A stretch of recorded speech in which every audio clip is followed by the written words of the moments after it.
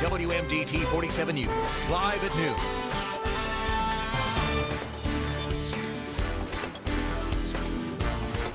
Good afternoon and thanks for joining us. I'm Jenn Solo. Aliana is off this afternoon. More news in less time starts now. We begin with a fatal car accident in Frederica. A Milford man is recovering and a Magnolia man is dead after an accident that occurred early this morning. Just after 2 a.m., 21-year-old Philip Van of Milford was traveling just south of Milford Neck Road. He lost control of the vehicle on the icy roadways and struck a mailbox and a tree. His passenger, Eric Nelson of Magnolia, was killed and, according to police, was not wearing his seatbelt. Authorities say they believe alcohol was also involved. And Maryland State Police are investigating a one-vehicle accident near the Sharptown Bridge. Police say the incident occurred around 6:38 this morning on the Dorchester County side of the bridge. Officials believe icy conditions on the bridge may have led to the driver losing control and the Jeep rolling over. The driver was taken to PRMC for non-life-threatening injuries. It's unknown whether or not the driver will face any charges. And another accident out of Queenstown. A crash closed down lanes in all directions. It happened at the intersection of Route 50 and Maryland 213 just after 8 o'clock this morning. There was major delays, but all lanes have since reopened. In other news, the man accused of killing Newcastle County Police Lieutenant Joseph Serpa last September will not go to trial until 2013. A March 18th court date has been set for David Solaski. He allegedly stabbed Serpa to death during a foot chase. Solaski's attorneys have until April to decide if they'll pursue a mental health defense. Meantime, the Attorney General's office has not yet determined whether it will seek the death penalty. And a manhunt is underway for an armed robber who held up the Milford Street Pharmacy in Salisbury. Police say just before 4:30 yesterday afternoon, this man walked in, pulled out a gun and demanded money. The suspect made off with cash. Investigators tell us no one was injured. Anyone with information is asked to call police at 410-548-3165. Now to politics. All eyes now on New Hampshire. The candidates are there, the negative ads are running, and Saturday's debate is coming. ABC's John Berman is in Manchester. Overnight, the room was packed, the former senator was pumped, and the sweater vest was bursting with pride. Rick Santorum painting himself as the defender against what he called the president's assault on liberty. He believes you are incapable of freedom. But we asked Santorum if he's capable of winning New Hampshire, beating Mitt Romney, who's been miles ahead in the polls here.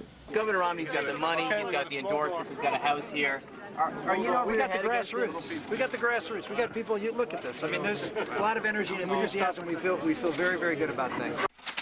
He's also got some new money, raising $1 million in the 24 hours after his Iowa near victory, and new scrutiny.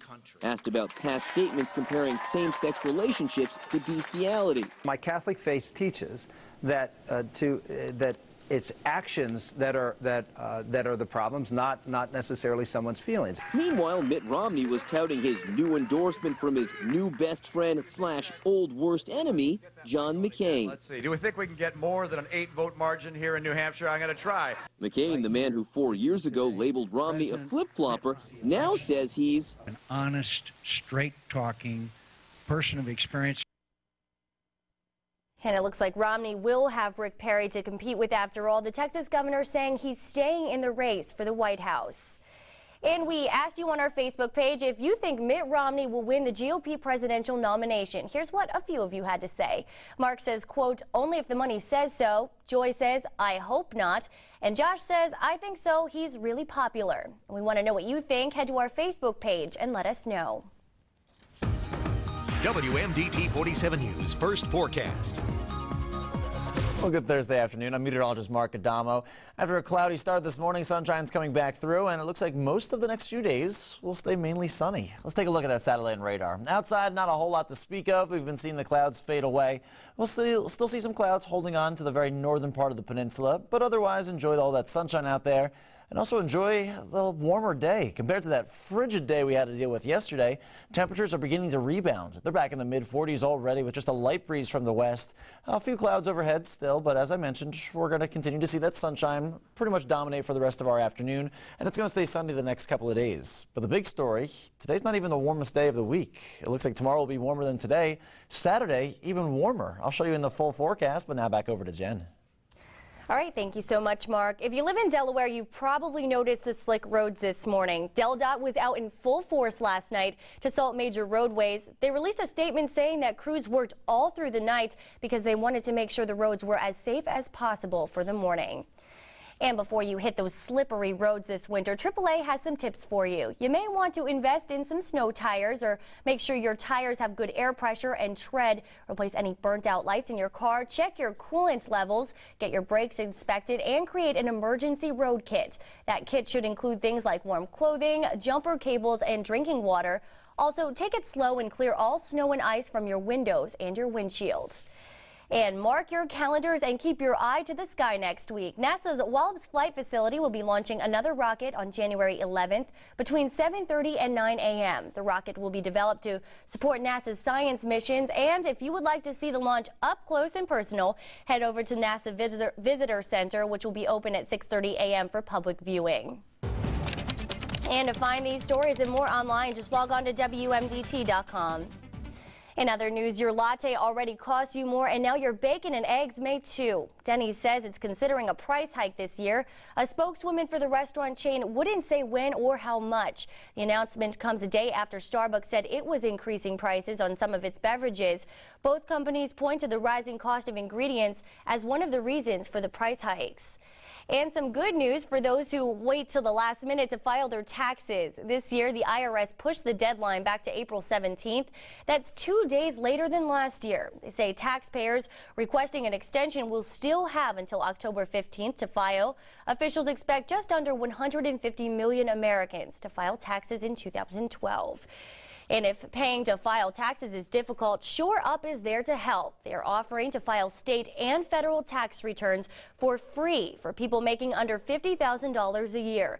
There will be sites set up in Wycomico and Somerset counties. To schedule an appointment, you can call 410-749-1142 during weekdays. Here's a look at some of the stories making national headlines today. Now to a controversial police shooting at a Texas middle school. An officer shot and killed an 8th grader armed with a pellet gun that authorities say looked like the real thing. But the boy's family says it didn't have to end that way. ABC's Ryan Owens reports. When police arrived at this Brownsville, Texas middle school, they found 15-year-old Jaime Gonzalez, seen here in a Facebook tribute page, standing in the hallway near the front office, a gun in his hand. Subject about 5'7", holding a handgun, black in color, white shoes, blue jeans. Where is he? Main office, right in the principal's office. We have visual from the front door. Authorities put the school in lockdown and tried to get the 8th grader to drop the weapon. They lost the school. Get everybody off. Instead, officers say the teen pointed it at them, forcing them to make a split-second decision. Take him out. Shots fired. Good shot. Copy. Gonzalez was hit twice, once in the head.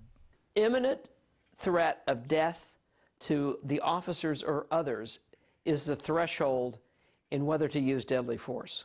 Police later discovered that pistol fired pellets, not bullets. Cops say it looked identical to the real thing, and they insist they acted appropriately. Well, many, including the young men's parents, say officers acted too quickly. And in other news, one officer is dead in Utah and 5 others are wounded after an armed man shot at them. Ogden police say someone opened fire when members of a narcotic strike force were serving a search warrant at a house. Witnesses said they heard what sounded like automatic gunfire. The officers and the suspected gunman were taken to a hospital. No word yet on the extent of their injuries or their conditions. And a man charged with setting a string of fires over the weekend in Los Angeles now faces 37 counts of arson. Harry Burkhardt appeared before a judge Wednesday. He is also under investigation for arson and fraud in his home country of Germany. Authorities believe Burkhardt was set off by the incarceration of his mother, and he also had anti-American views. Burkhardt's mother was arrested in Los Angeles on a warrant out of Germany during a traffic stop last week. And coming up in 6 minutes on WMDT 47 News, if you are one of the many Americans suffering from neck pain, taking painkillers may be the wrong fix. And new research shows there are more twins now than ever before. Plus, in 90 seconds, meteorologist Mark Adamo will be back with your complete forecast. You're watching WMDT 47 News. Find these stories and more at WMDT.com.